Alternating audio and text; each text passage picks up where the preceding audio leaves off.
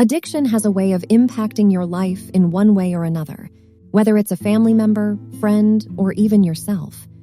You may know someone who has struggled with an addiction to alcohol, drugs, gambling, or sex. But what about the addiction no one seems to be talking about? The one we have normalized and promoted in our society and are failing to see the harm it's causing. Let's talk about that addiction. The addiction of overconsumption. The dangerous activity of overconsuming material things, binge-watching, and repetitively checking your notifications brings only temporary pleasure that you constantly need more of. Do you feel overstimulated? Do you ever feel like you need all the outside noise and busyness of the world to just stop for a second and slow down? If you're feeling this way, there's a biological reason. Our brains weren't designed for the overstimulation of the modern world. In fact, they're being harmed by the contemporary world. Professor of neurosurgery at Harvard, Christine Duhame, explains our brains evolved to be rewarded by novelty, a tendency exploited by the present times. Your brain craves novelty, which is why having something new or pleasurable feels so good.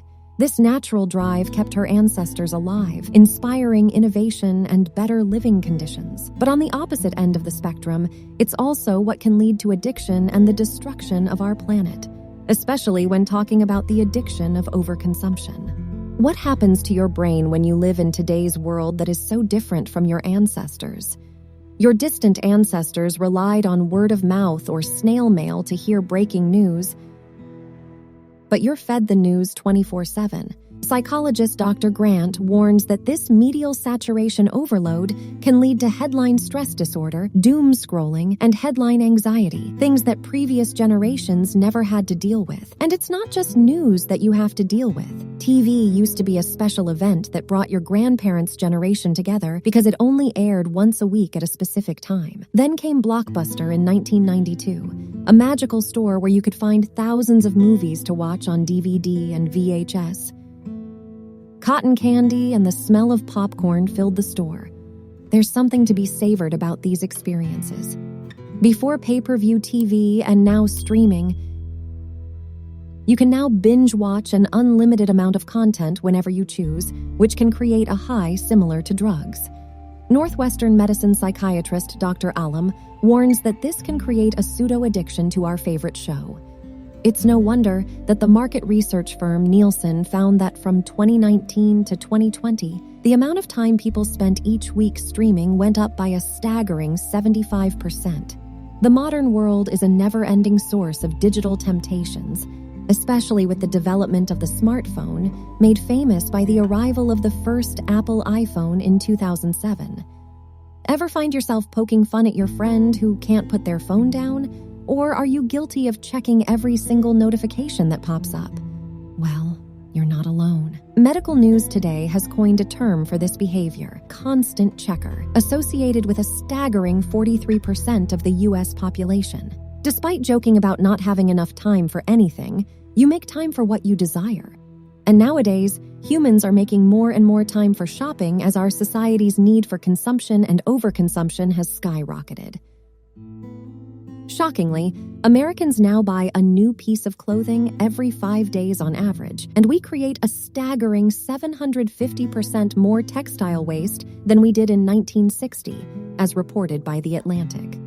While shopping addiction isn't yet recognized as a condition in the Diagnostic and Statistical Manual of Mental Disorders, it's been recognized as a psychiatric disorder since the early 20th century.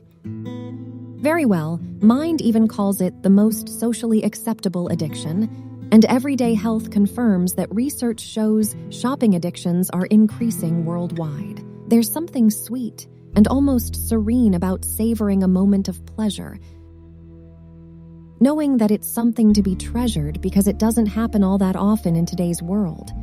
You're a rebel if you put down the distractions and just be. While most of us can't sit in meditation for hours on end and perhaps struggle with even a few minutes, you do get to decide when you've had enough stimulation. The next time you feel overwhelmed, try muting your phone notifications and checking your phone when you choose to, instead of urgently or anxiously picking up your phone at everything. And if you find yourself always wanting the next best thing, consider saving up for something you'll treasure for a long time, maybe even something that will create memories and not just a temporary and fleeting high. Addiction is a real thing and is nothing to be ashamed of.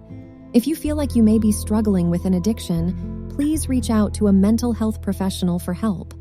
And if you found something that helps, please share it with us in the comments. Your words could make a big difference to someone who's struggling.